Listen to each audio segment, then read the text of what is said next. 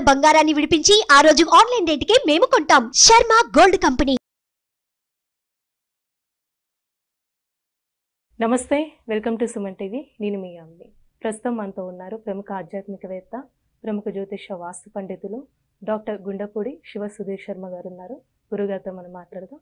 నమస్కారం గురుగారు. శ్రీమాత్రే నమః, శ్రీ గురుభ్యో నమః. గురుగారు, ఈ క్రోధినామ సంవత్సరంలో అసలు సింహరాశి వారికి అండి ఎలా ఉంటుంది, అలానే ఈ రాశి వారికి సంబంధించి ఆదాయం కానీ వ్యయం, రాజపూజ, అవమానం గురించి తెలియజేయండి. ఆదాయం 2, ఖర్చు 14, రాజ్యపూజ్యం 3, అవమానం 2 వీరికి.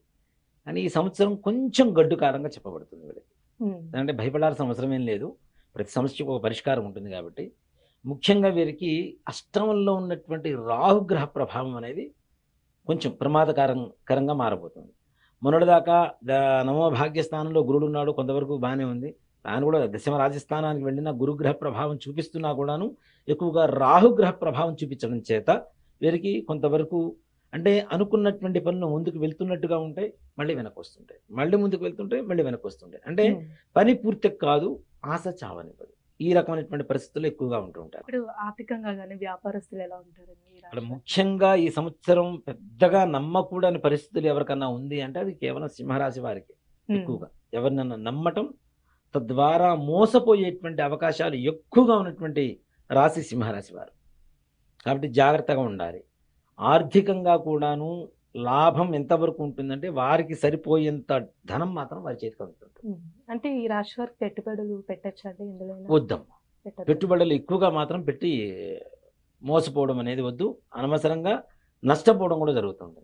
ఉన్న డబ్బులు బ్యాంకులో దాచిపెట్టుకోవడము, ఏదైనా బంగారమో భూమో కొనుక్కోవడం అనేది ఉత్తమం. అంతేగాని పెట్టుబడుల రూపంలో షేర్ మార్కెట్ ఇంకే దాంట్లో అయినా సరే పెట్టడం వల్ల అనవసరంగా నష్టపోతారు. కాబట్టి ఆ విధమైనటువంటి పెట్టుబడులు పెట్టొద్దనే చెప్తారు. ఇప్పుడు వివాహ ప్రయత్నాలు చేసే వాళ్ళకి ఎలా ఉందండి? వివాహ ప్రయత్నాలు చేసే వారికి కూడాను కొంచెం నిదానంగా ముందుకు వెళ్తూ ఉంటుంది. తప్పనిసరిగా వీరికి మే ఆర్ ఆగస్ట్ సెప్టెంబర్ తర్వాత వివాహ యోగం అనేది కలుగుతుంది వీరికి. గురుగారు, ఇప్పుడు రియల్ ఎస్టేట్ రంగానికి సంబంధించి ఎలా ఉంటుందంటారండి? వీరికి రియల్ ఎస్టేట్ రంగం వారికి కూడా కష్టమేనమ్మా కొంచెం. వ్యాపారం అనేది ఇప్పుడేంటి, కొంతమంది వస్తారు, ఆ ప్లేస్ విజిట్ చేస్తారు, కొంటామంటారు, మళ్ళీ వెనక్కి వెళ్తుంటారు, మళ్ళీ ఎవరో కొత్త వాళ్ళు వస్తుంటారు. ఈ రకంగానే ఎక్కువగా వెనక్కి ముందుకు జరుగుతుంటుంది. కానీ వీళ్ళకి ఏ రకమైనటువంటి పెద్దగా లాభదాయకమైనటువంటి సూచనలు మాత్రం లేవనే చెప్పాలి. ఇప్పుడు ఒకవేళ ఇల్లు కొనాలనుకుంటున్నా, ల్యాండ్ కొనాలంటే ఎలా ఉంటుందండి? ఈ సంవత్సరం ఆగడం అనేది ఉత్తమం. ఆగడం అనేది ఉత్తమం. వాటిల్లో కూడా మోసం జరుగుతుంది. డబుల్ రిజిస్ట్రేషన్లు, త్రిబుల్ రిజిస్ట్రేషన్లు ఇట్లాంటివి జరగడం, అవి మోసపోవడం, అది మనకి రాకపోవడం, ఇట్లాంటివి కూడా ఎక్కువగా జరిగేటువంటి అవకాశం ఉంది. కాబట్టి తగిన జాగ్రత్త తీసుకోవడం అనేది మంచిది. ఇప్పుడు ప్రైవేట్ ఉద్యోగస్తులకి గవర్నమెంట్ రంగానికి సంబంధించండి ప్రమోషన్స్ కానీ ట్రాన్స్ఫర్స్ ఈ సంవత్సరం ప్రమోషన్స్ ఊహించడం అనేది అసలు ఊహ కూడా వద్దని చెప్తాను. కష్టం అయినట్లుగా ఉంటుంది. రేపేం లేదు, ఇంక ఈ ఆఫీస్ నుంచి వెళ్ళిపోతున్నాను అని చెప్పుకునే పరిస్థితిలో కూడా మళ్ళీ రివర్స్ అయిపోయి మళ్ళీ అదే స్థానంలో కూర్చునేటువంటి అవకాశాలు ఉంటాయి. ముఖ్యంగా ఈ ప్రభుత్వ ఉద్యోగులు లంచాలు తీసుకోవడం ద్వారా ఆ విషయాలు బయటకు వచ్చి కేసులయ్యి వాటితో ఉన్న ఉద్యోగం కూడా కోల్పోయేటువంటి అవకాశం మాత్రం కలుగుతుంది వీరికి. ఇక ప్రైవేట్ రంగ ఉద్యోగస్తులు ఉన్నారు, వారికి కూడా పెద్దగా ఉండదు. వీరు ఎంత కష్టపడ్డా కూడా వీరి మీద తగిన గుర్తింపు మాత్రం ఎక్కడా లభించదు. తద్వారా వీడు ఒక మానసికమైనటువంటి ఒత్తిడికి లోనవ్వడం ఇట్లాంటివి జరుగుతూ ఉంటాయి. వ్యవసాయం ఎలా ఉంటుందండి ఈ రాశి వారికి? వ్యవసాయ పరంగా పర్లేదమ్మా, కొంతవరకు లాభదాయకంగా ఉంటుంది. కొంతవరకు మరి ఊహించినంత గొప్పగా కాదు, కానీ కొంతవరకు పర్లేదు. ఇప్పుడు విద్యార్థులకండి విదేశీయానం ఉందంటారా? నిరుద్యోగులకి విదేశీయానం తప్పనిసరి కలుగుతుంది. ప్రయత్నించాలి కానీ 100% మంచి తొందరగా కలుగుతుంది. ఇప్పుడు కోర్టు సమస్యలు ఉన్న వాళ్ళు కూడా ఉంటుంటారండి, వాళ్ళకి ఇప్పుడు పెండింగ్ పడుతూ ఉంటాయి కొన్ని కేసులు, వాళ్ళకి ఎలా ఉంటుంది? ఈ సంవత్సరం కూడా పెండింగ్స్ తోనే మొత్తం సరిపడుతూనే ఉంటుంది. వాళ్ళకి డేట్స్ తీసుకుంటూ ఉండడమే, వాయిదాలు తీసుకుంటూ ఉండడమే ఈ రకమైనటువంటి పరిస్థితులే. దీంట్లో అంటే అది విడాకుల కేసు కావచ్చు, భూ వివాదాలు కావచ్చు, ఉద్యోగ వ్యవహారాలు కావచ్చు, ఏమైనా సరే అంత తొందరగా ముందుకు వెళ్ళేటువంటి అవకాశాలు మాత్రం కనపడలేదు. అంటే రాశి వారికి ఇంకా మెరుగైన ఫలితం రావాలంటే ఎలాంటి పరిహారం చేసుకోవాలంటే ఈ సంవత్సరంలో? ముఖ్యంగా ఇందాక మనం చెప్పుకున్నాం కదా, రాహుగ్రహ ప్రభావం అనేది ఎక్కువగా ఉంది.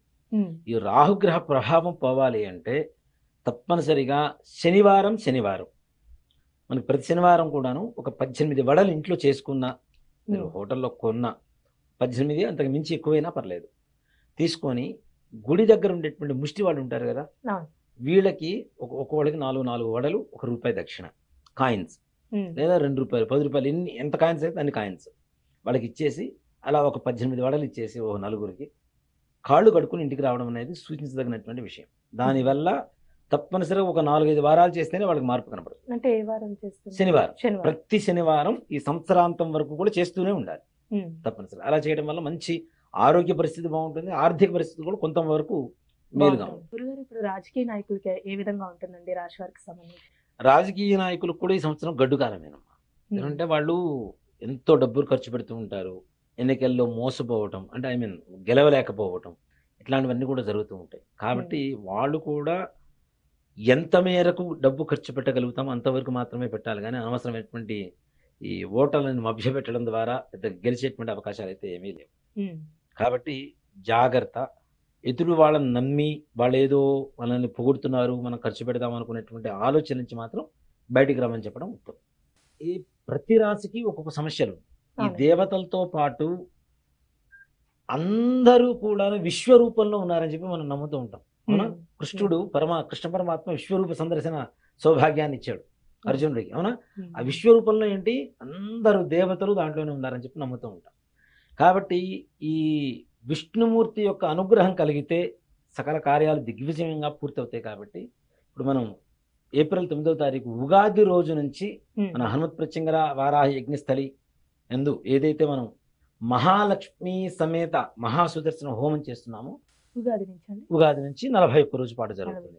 ఇప్పుడు ఈ 41 రోజు ఈ హోమ కార్యక్రమంలో ఎవరైతే గోత్రనామాలతో లేదా ప్రత్యక్షంగా పాల్గొంటారో వారికి ఈ గ్రహస్థితి వల్ల వచ్చేటువంటి నష్టాలన్నీ కూడాను వెళ్ళిపోయి సుఖమైనటువంటి సంతోషకరమైనటువంటి జీవితాన్ని అనుభవిస్తారు. చాలా చక్కగా తెలియజేశారండి. శ్రీమాత్రే నమః. శ్రీ గురుభ్యో నమః.